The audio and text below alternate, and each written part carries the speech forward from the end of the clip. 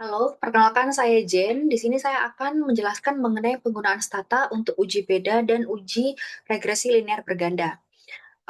Yang pertama itu kita uji beda terlebih dahulu. Di sini sudah tersedia data yang digunakan untuk uji beda. Data yang digunakan ini adalah data NPM atau Net Profit Margin sebelum dan sesudah COVID pada sektor energi. Untuk tahun sebelumnya itu pada tahun 2019 dan untuk tahun sesudahnya itu di tahun 2023. Di sini saya menggunakan 10 perusahaan yang terdaftar di BEI. Ini di copy terlebih dahulu, lalu dimasukkan ke uh, data editor pada Stata. Read first row as variable names. Lalu langsung ditutup saja. Nah, pertama pada uji beda itu kita harus cek dulu uji normalitasnya. Untuk cek uji normalitas itu kodenya SKTest NPM sebelum COVID dan SKTest NPM sesudah COVID. Nah, di sini kita bisa lihat bahwa probabilitasnya itu berada di angka 0,18 untuk NPM sebelum dan 0,69 di NPM sesudah COVID. Yang berarti angka probabilitas ini berada di atas 0,05 atau batas kritis dari uh, uji tersebut. Berarti karena probabilitasnya di atas 0,05, data ini tuh lulus dari uji normalitas karena hasilnya lebih dari 0,05, yang berarti distribusinya juga normal. Lalu yang kedua, untuk data ini kita mau cek uji homogenitas. Untuk pengujian uh, homogenitas itu menggunakan komen SDTest NPM sebelum sama dengan NPM sesudah. Nah, di sini tuh kita lihat di probabilitas yang di bagian tengahnya. Ini didapatkan angka 0,18 yang berarti di atas angka 0,05. Artinya, keputusan hipotesis itu menerima H0 yang maknanya itu tidak terdapat perbedaan variansi antara kedua variabel.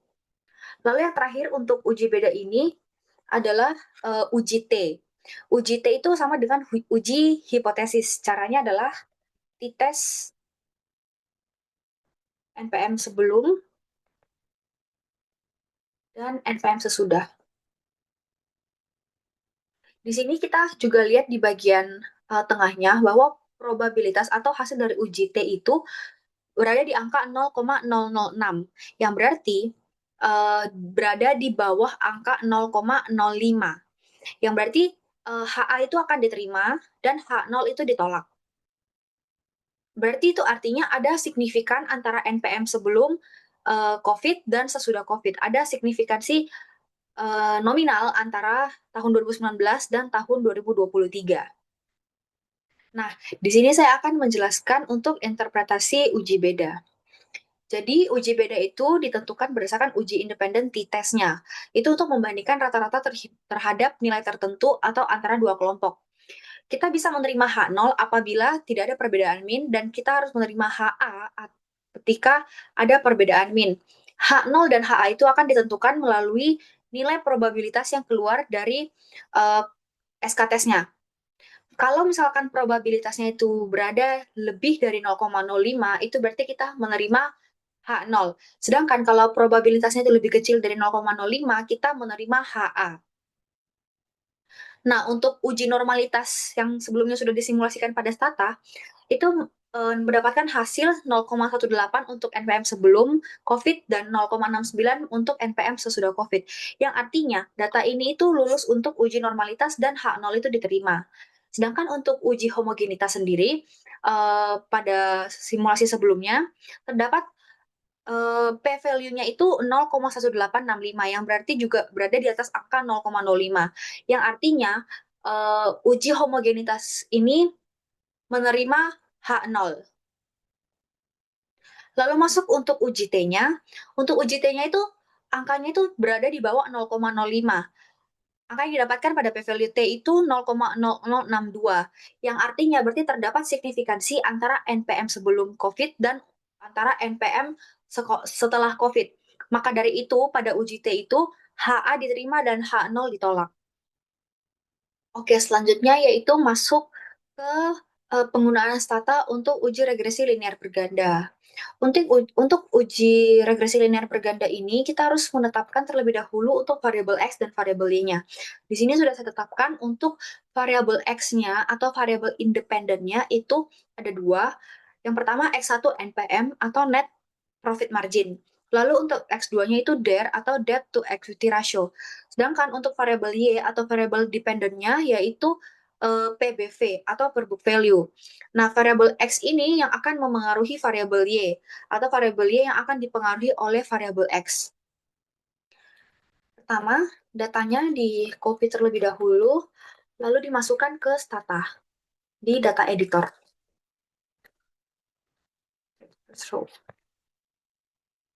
Oke, untuk masuk ke uji regresi linear berganda, kita itu harus mengecek uh, rec-nya terlebih dahulu. Pertama yang kita lakukan yaitu di komen ketik rec, lalu Y1 untuk PBV, X1 NPM, dan X2-nya DER.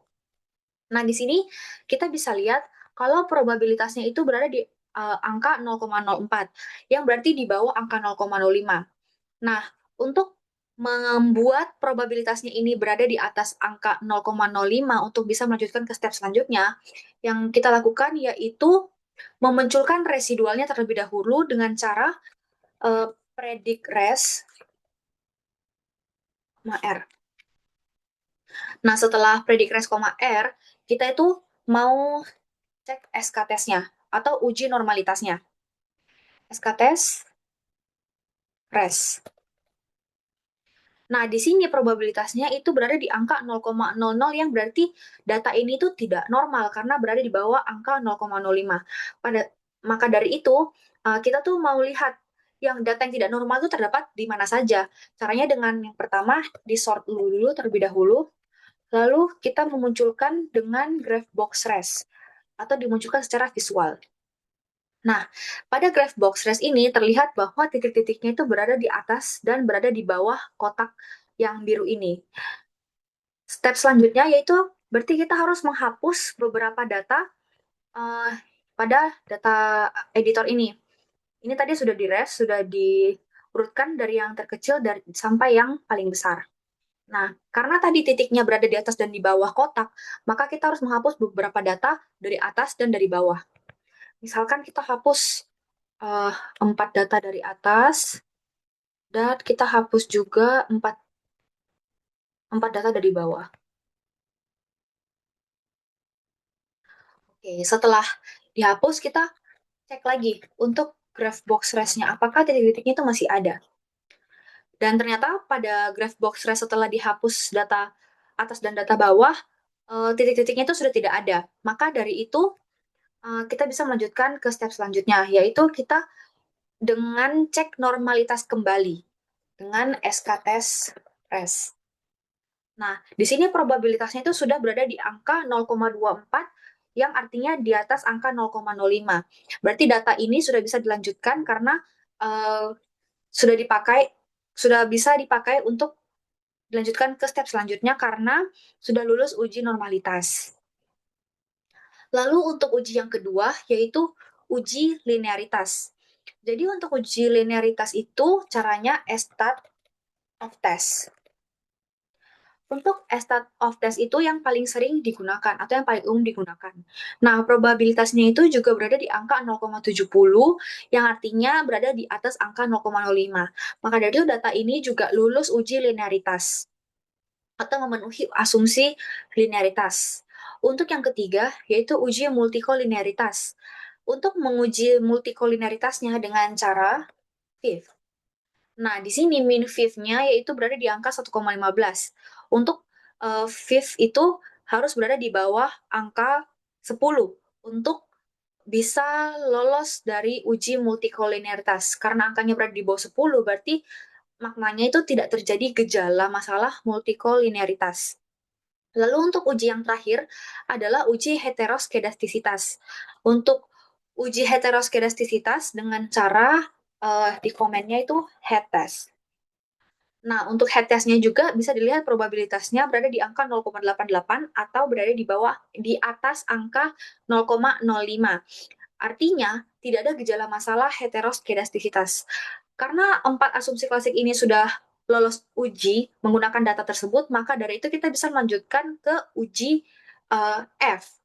Uji F itu dengan cara REC Y1 untuk PBV-nya, X1 NPM, dan X2 DER. Nah, di sini kita dapat probabilitasnya berada di angka 0,00, R square-nya berada di angka 0,66, dan yang harus kita lihat juga yaitu koefisiennya. Koefisiennya ini keduanya berada di angka positif dan berada di atas angka 0,05. Selanjutnya yang akan saya jelaskan uh, untuk angka-angka tersebut. Nah, selanjutnya saya akan menjelaskan untuk uji regresi linear berganda yang sudah disimulasikan pada stata sebelumnya.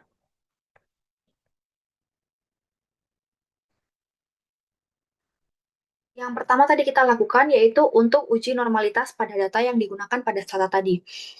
Pada awalnya kita mendapatkan bahwa probabilitasnya itu berada di angka 0,04.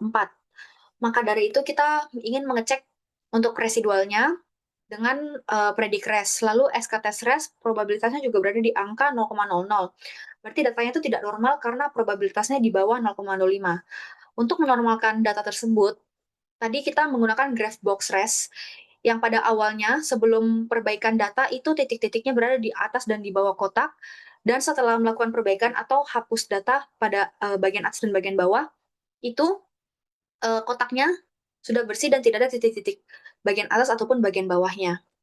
Lalu untuk SK tes res ulang itu mendapatkan probabilitas sebesar 0,24, yang artinya probabilitasnya ini berada di atas angka 0,05.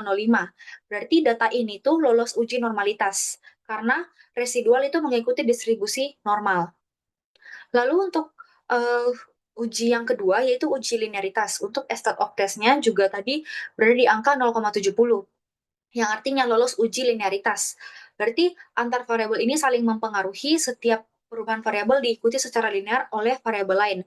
Contohnya, berarti ketika variabel X1 itu naik, berarti variabel X2-nya juga ikut naik secara linear atau secara bersamaan. Lalu yang ketiga itu uji multikolinearitas. Untuk uji multikolinearitasnya tadi, itu untuk memastikan model regresi linear berganda tidak memiliki hubungan linear atau korelasi yang terlalu kuat atau sempurna antar variabel bebas atau independen, atau variabel X-nya. Tadi untuk fifth-nya itu didapat angka 1,15, yang berarti di bawah angka 10, artinya tidak ada masalah multikolinearitas, dan lulus uji multikolinearitas. Lalu untuk uji yang terakhir, itu uji heteroskedastisitas. Untuk uji ini tuh untuk mendeteksi apakah terdapat ketidaksamaan varian dari residual atau error satu pengamatan ke pengamatan lain. Dan didapatkan dari head test-nya tadi, itu probabilitasnya sebesar 0,88, yang berarti angkanya itu berada di atas angka 0,05. Maknanya tidak ada masalah heteroskedastisitas pada data tersebut. Nah, setelah lulus 4 uji asumsi klasik itu, kita sudah bisa masuk ke uji F. Uji F sendiri itu untuk mengetahui apakah semua variabel independen secara bersama-sama memiliki pengaruh yang signifikan terhadap variabel dependen. Kita bisa lihat di sini bahwa probabilitasnya kan di angka 0,00, yang artinya p-value F-nya itu lebih kecil dari 0,05. Maknanya ada hubungan signifikan antara variabel independen dengan variabel dependen. Lalu untuk R square-nya itu di angka 0,6654. R square sendiri itu untuk mengukur persentase total variasi variabel dependen yang dijelaskan oleh seluruh variabel independen secara bersama-sama. Karena di situ angkanya 0,6654, yang berarti artinya sebesar 66,54% dapat menjelaskan hubungan antara variabel independen dengan variabel dependen. Sisanya di luar dari 66,54% itu dipengaruhi oleh faktor lain yang mempengaruhi variabel dependen atau variabel Y. Masuk di angka koefisiennya, untuk NPM dan DIR-nya sendiri itu kan berada di angka positif, yang artinya itu memiliki pengaruh sejajar sama seperti di uji linearitas sebelumnya. Jadi ada ketika NPM itu naik, ada indikasi DER juga ikut naik, karena mereka itu sama-sama positif dan saling mempengaruhi sejajar. Tapi untuk angka NPM dan DER-nya sendiri itu memiliki angka yang lebih dari 0,05, yang artinya tuh mereka berpengaruh signifikan. Berarti H0 ditolak dan H1 diterima. Hipotesisnya untuk H0 itu NPM dan DER tidak berpengaruh secara simultan terhadap PBV, sedangkan untuk H1 atau HA-nya itu NPM dan DER berpengaruh secara simultan terhadap PBV. Jadi karena probabilitasnya ini lebih kecil dari 0,05, maka H0-nya ditolak dan H1-nya itu diterima. Artinya, kedua variabel ini itu secara bersama-sama mampu untuk menjelaskan perubahan nilai perusahaan atau PBV dari perusahaan tersebut. Sekian dari saya, terima kasih.